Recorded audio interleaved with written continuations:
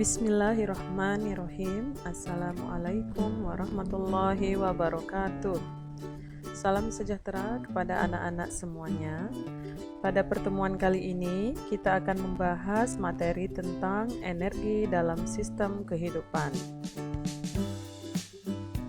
Adapun tujuan pembelajaran kita pada hari ini adalah peserta didik diharapkan dapat menjelaskan konsep energi, menjelaskan sumber-sumber energi, menghitung besar energi potensial dan energi kinetik suatu benda.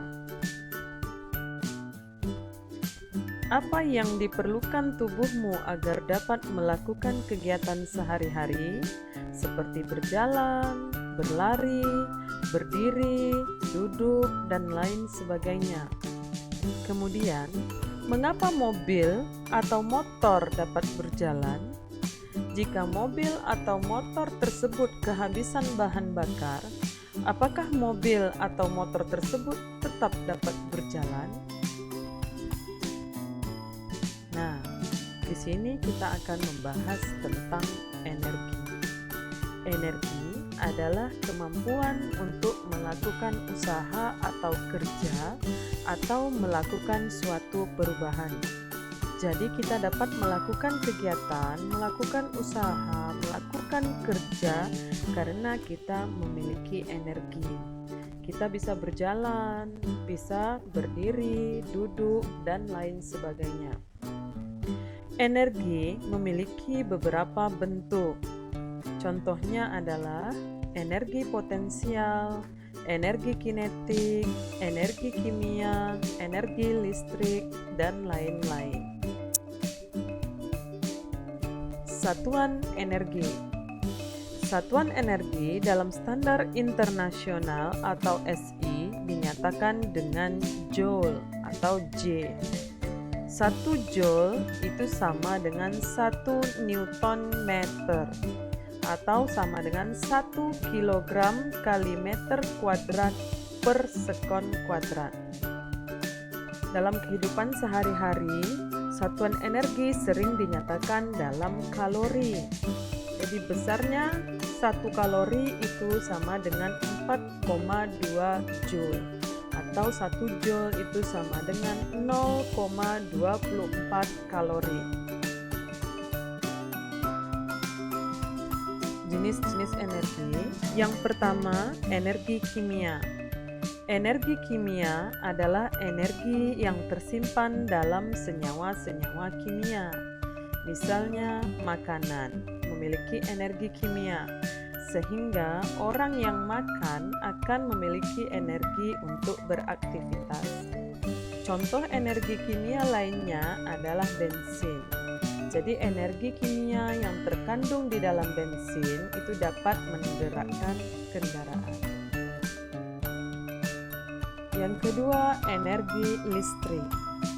Energi listrik adalah energi yang timbul dari perpindahan muatan-muatan listrik. Energi listrik ini paling banyak digunakan karena mudah diubah menjadi energi lainnya.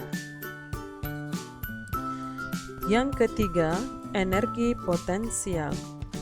Energi potensial adalah energi yang dimiliki oleh suatu materi karena lokasi atau tempatnya. Ada 2 macam energi potensial, yaitu energi potensial gravitasi, yaitu energi yang dimiliki suatu benda karena terletak di atas permukaan bumi. Jadi yang mempengaruhi energi potensial gravitasi itu adalah massa suatu benda, gravitasi, dan ketinggian. Sehingga energi potensialnya bisa dirumuskan dengan EP sama dengan M kali G kali H, di mana M adalah massa dalam satuan kilogram, H adalah ketinggian atau posisi benda dalam satuan meter, G adalah percepatan gravitasi dalam satuan meter per sekon kuadrat. Kemudian yang kedua ada energi potensial elastisitas, yaitu energi energi yang tersimpan pada benda yang diregangkan atau ditekan. Nah, contohnya pada ketapel atau pegas yang ditarik atau ditekan. Yang keempat, energi kinetik. Energi kinetik adalah energi yang dimiliki oleh benda yang bergerak. Contoh, mobil yang sedang bergerak.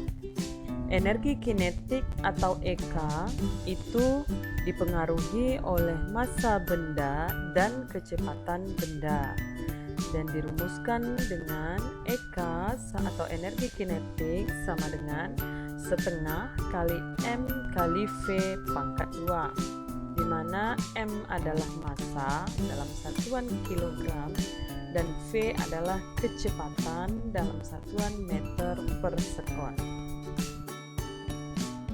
Nah, jika ada suatu benda yang bergerak membentuk lintasan yang naik turun, maka terlihat ini perbedaan energi potensial dan energi kinetik. Nah, ketika energi potensialnya besar atau berada di puncak tertinggi, maka energi kinetiknya kecil. Ketika energi kinetik besar, maka energi potensialnya kecil. Jumlah energi potensial ditambah energi kinetik itu dinamakan dengan energi mekanik atau EM. Nilai energi mekanik ini selalu konstan atau tetap. Jadi yang berbeda itu adalah energi potensial dan energi kinetiknya. Contoh soal. Berapa energi potensial batu bermassa 2 kg yang diletakkan pada posisi 10 meter di atas permukaan tanah? Di sini diketahui G atau percepatan gravitasi bumi itu adalah 10 meter per sekon kuadrat. Jadi kalau kita ketemu soal, wajib dibikin mengetahui. Nah, di sini mengetahuinya berapa energi potensial batu bermassa 2 kg. Berarti kita mengetahui massa batu tersebut adalah 2 kg. Yang diletakkan pada posisi 10 meter. Berarti ini ketinggiannya dari atas permukaan tanah. Maka diketahui hanya adalah 10 meter. Yang dia tanyakan, berapa energi potensial batu? Jadi yang ditanyakan adalah energi potensial. Kita dapatkan rumus energi potensial itu adalah massa dikali gravitasi dikali dengan ketinggian. Nah, massa diketahui di sini 2 kg. Percepatan gravitasi diketahui 10 meter per sekon kuadrat dan ketinggiannya adalah 10 meter. Jadi ini semuanya tinggal dikali 2 kali 10 kali 10, dapatlah energi potensialnya 200 Joule. Nah, lanjut. Contoh soal yang kedua. Sebuah mobil bermassa 500 kg bergerak dengan kecepatan 10 meter per sekon. Berapakah energi kinetiknya? Nah, diketahui sebuah mobil bermassa 500 kg, massa berarti M. M-nya 500 kg. Bergerak dengan kecepatan berarti V 10 meter per sekon. Yang dia tanyakan, berapakah energi kinetiknya? Jadi tadi kita sudah dapat rumus bahwa energi kinetik itu setengah dikali M dikali V pangkat 2 atau V kuadrat. Jadi setengah ini memang sudah rumusnya. Setengah kali M massa. Massa di sini 500 kg dikali dengan 10 pangkat 2. 10 pangkat 2 berarti 10 kali 10. Dapatlah 100. Jadi setengah kali 500 kali 100 sehingga dapatlah hasilnya 25.000 Joule. Nah, ini contoh soal soal energi kinetik. Sumber energi. Sumber energi dibagi menjadi dua macam. Yang pertama, sumber energi tak terbarukan adalah energi yang diperoleh dari sumber daya alam yang waktu pembentukannya sampai jutaan tahun. Nah, yang kedua, sumber energi terbarukan adalah energi yang berasal dari proses alam yang berkelanjutan. Nah, kita lihat. Ini contoh energi tak terbarukan dan energi terbarukan.